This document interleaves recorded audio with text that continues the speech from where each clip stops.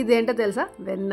So నెయ్యి చేయబోతున్నాను మళ్ళీ నేను. ఇంకా ఈ నెయ్యి ఈసారి చాలా బాగా వచ్చింది. కాకపోతే ఒక్క స్టెప్ మిస్ చేశాను. లాస్ట్ టైం ఈ స్టెప్ మిస్ అయ్యాను, ఈసారి అస్సలు మిస్ అవ్వకుండా చేయాలి. అది నా ఫ్రెండ్ అయితే ఎన్నిసార్లు చెప్పిందో, ఇది కంపల్సరీగా చేయాలి ఆశ, మీరు ఇది చేయడం మర్చిపోయారు అనేసి. సో అది మర్చిపోకుండా చేద్దాం చేద్దాం చేద్దాం అనుకుంటూ స్టార్ట్ చేశాను. ఆ స్టెప్ మర్చిపోయాను. ఇంకా ఈ వెన్నతో ఈ వింటర్ సీజన్ లో ఎన్ని యూజెస్ ఉంటాయో కదా.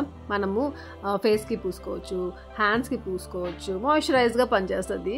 నెక్స్ట్ నెయ్యి చేసేసిన తర్వాత ఆ నెయ్యితో పిల్లలకి మంచిగా మసాజ్ చేసి స్నానం చేయించండి. ఎంత బాగుంటారో వాళ్ళు, ఎంత బాగుంటుందో వాళ్ళ స్కిన్. ఇంకా ఫీడింగ్ మామ్స్ అనుకోండి, బ్రెడ్ ఉంటుంది కదా, ఆ బ్రెడ్ ని మీరు నెయ్యితో బాగా, వెన్నతో లేదా బాగా ఫ్రై చేసుకొని తినండి. చాలా మంచిగా ఉంటుంది, ఫీడింగ్ బాగుంటుంది.